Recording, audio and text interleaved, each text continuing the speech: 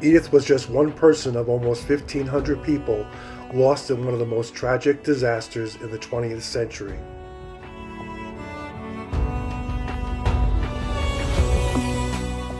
Edith was from a very wealthy old American family. Her family has lived in America for generations. Both her great-great-grands came from the United Kingdom. Both Cadwallader Evans and members of the Corse family arrived in the late 1600s.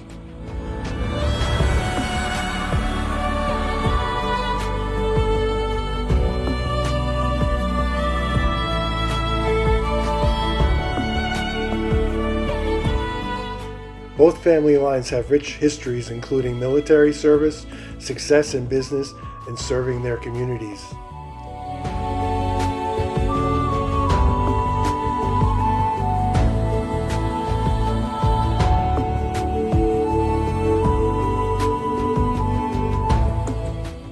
Edith was born to Cadwallader Evans and Angeline Corse. Her older sister Lena was born 2 years earlier in 1873. Cadwallader attended the University of Pennsylvania. After graduating, he received a law degree. He practiced law until his untimely death at only 32 in 1880. Edith's maternal grandfather, Edith Corse, was a successful New York entrepreneur.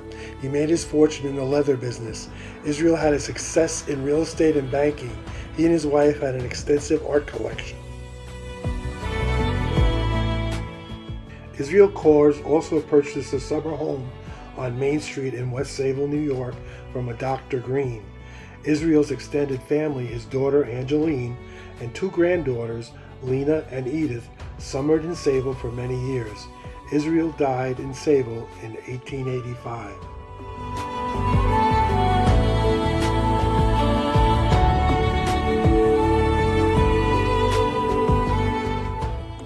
The family had been patrons of the newly built St. Anne's Church.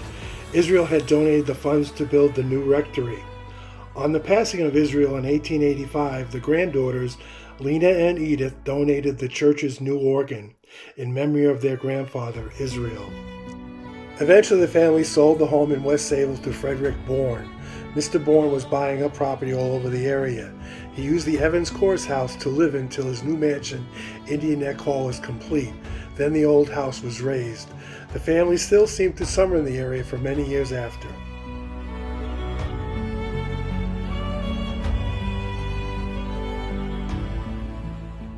But their principal home was on Fifth Avenue in New York City.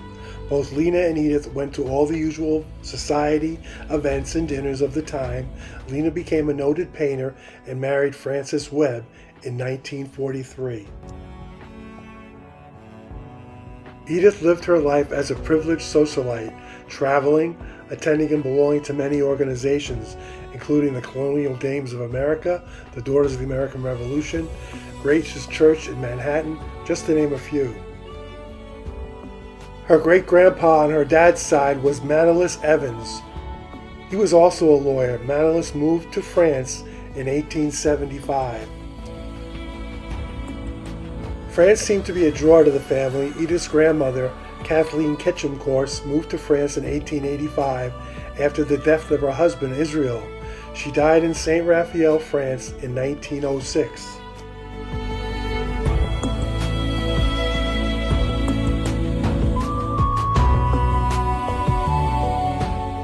Edith had a connection to France, her grandmother living there and a few cousins. It seems throughout Edith's life she made the voyage to France many times.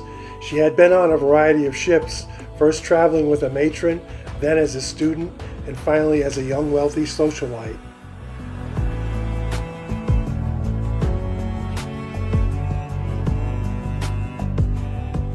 So in 1912, she paid a visit to her cousins, Mercedes and Maria Luis de Flores. The trip was full of shopping and family time.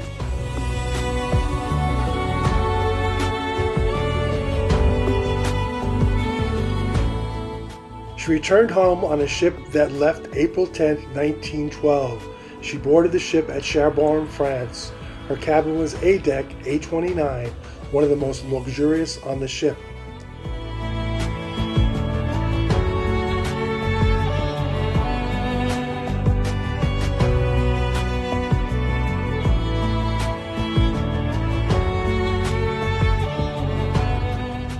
She had come to find out her Aunt Malvina was on board with her two sisters, Malvina Lemson Cornell, her aunt, Charlotte Lemson Appleton, and Caroline Lemson Brown. They had made the trip to England to bury their other sister, Lady Victor Drummond.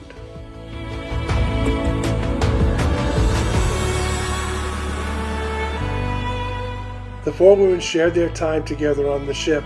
They ran across the gentleman who became their traveling escort, Colonel Archibald Gracie.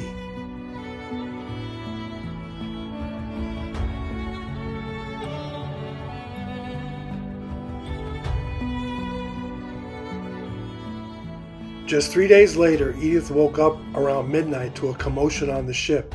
By 2 a.m., she and a sister of her aunt, Caroline Brown, were standing at a lifeboat. There was only one seat left. She told the officer in charge, "Please take this lady. She has children." Edith had given up the last seat on a lifeboat. As she stood on the deck, she ran across her shipmate protector, Colonel Archibald Gracie. He shared later she was perfectly calm. Surely she was praying.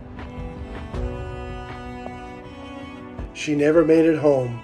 The ship was the Titanic.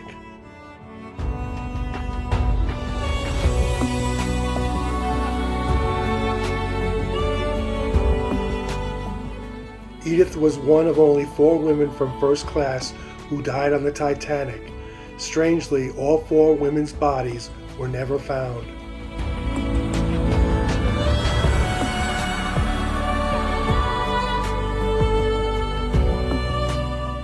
There are many accounts of that night and many accounts of Edith's trip, but ultimately the ending is the same. Caroline Brown, her Aunt Melva's sister, shared her story of Edith many times in the newspapers of the day.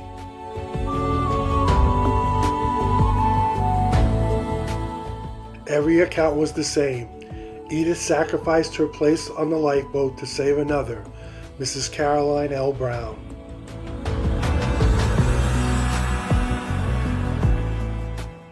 Edith was a selfless person who put another first at the cost of her own life.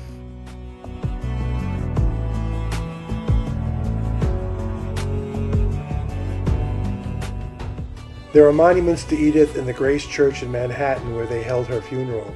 There's also a monument to Edith in Sayville at St. Anne's Church.